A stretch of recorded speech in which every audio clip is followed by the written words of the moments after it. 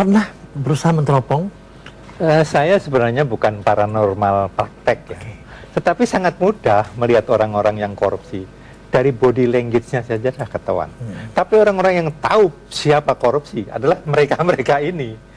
Karena orang korupsi ingin selamat ya, wah minta perlindungan. Bagaimana Pak Joko Budu supaya saya selamat, bagaimana Pak Gendeng supaya saya tidak diketahui atasan saya. Ini menarik ya. Ya, bagaimana Pak siapa nih satunya? Kusumo. Pak Ki Kusumo. Pak Ki Kusumo dan lain sebagainya. Jadi mereka yang paling tahu orang-orang korupsi.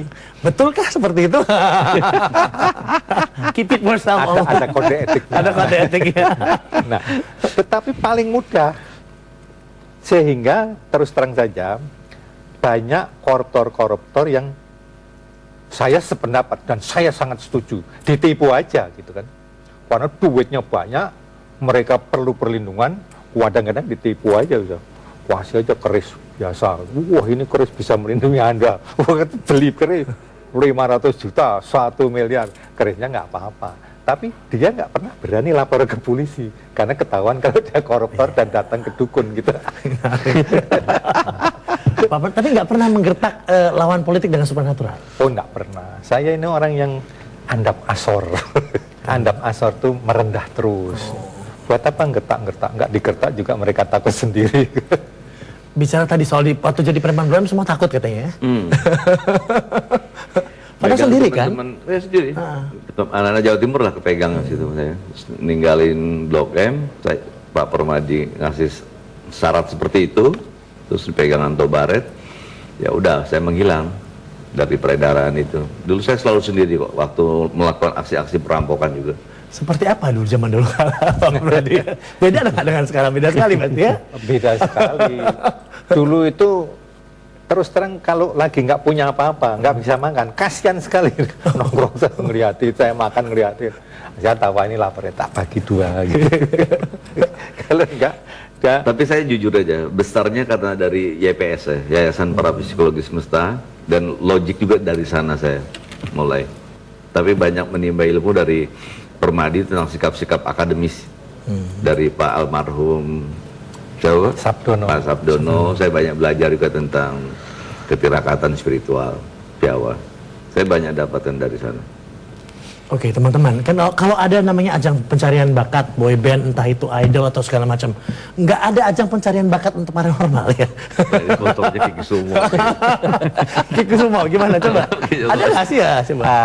Pencarian bakat sebetulnya sih nggak perlu dicari ya, itu kan muncul dengan sendirinya. Karena biar bagaimanapun kalau itu dia punya kemampuan spiritual asli, itu kan tampil dengan sendirinya alamnya. Kita nggak perlu nyari, dia akan kelihatan kok. Keluar sendiri. Keluar sendiri ya. Ki Joko Bodo. Apa komennya? Sama juga kan keris itu asal punya Yoni, dia akan memancarkan sendiri. Ibaratnya gini, berlian yang dikubur di dalam kotoran, misalnya tai kerbau, nanti asal udah ditempa hujan, berlian itu makin lama makin kelihatan. Karena memang dia udah kelebihan dari value-nya ya. Terus seperti itu ya. Orang bilang seorang paranormal itu bisa membaca masa depan. Apa yang bisa kita baca di 2012 ini teman-teman? Nah, seperti saya katakan, paranormal itu mempunyai keterbatasan. Jadi ada yang cuma bisa mengobati, ada yang bisa meramal masa depan, ada yang bisa macam-macam lah. Nah, untuk masa depan, terus terang saja saya menggunakan babon ya. Babonnya itu adalah Jongko Joyoboyo. Itu babon. Ya. Kemudian situasi politik sekarang kayak apa? Lalu saya referensikan ke babon ini, lalu saya olah sendiri, muncullah prediksi-prediksi masa depan. Menurut saya, sekarang ini sudah tiba masanya, masa sirno ilang angkaraning bumi. Hilangnya angkara murka dari muka bumi.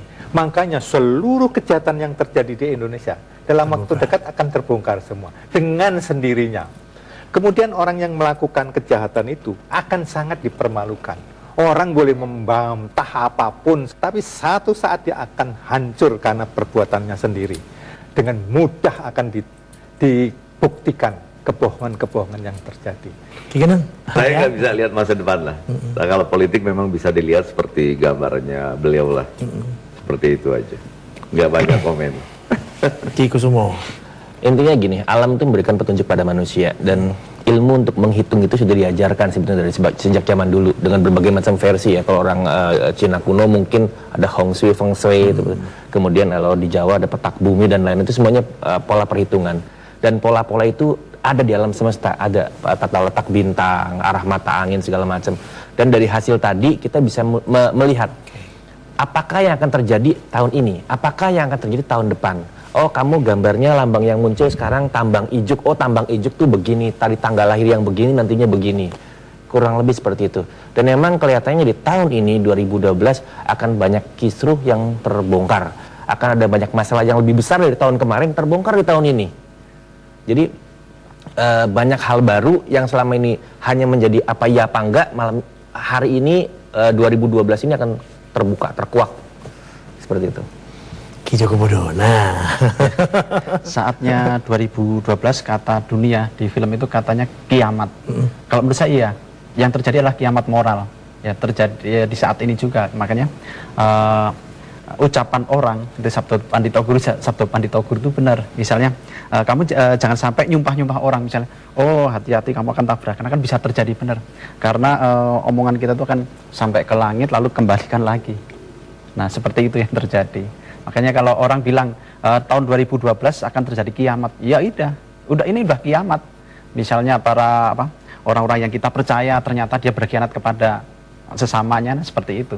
hati-hati dengan ucapan kita berarti ya. Ya. Jadi sebenarnya yang akan terjadi adalah bukan revolusi untuk menjatuhkan Pak SBY atau apa, tapi adalah perubahan peradaban manusia sedunia. Sedunia.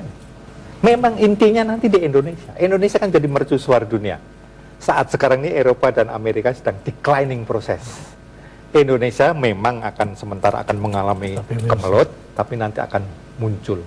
Dan kita berempat sepakat, cuma barangkali nggak bisa dikemukakan di forumnya Alvin, tapi kalau di forum politik wawancara ya nggak akan keluar.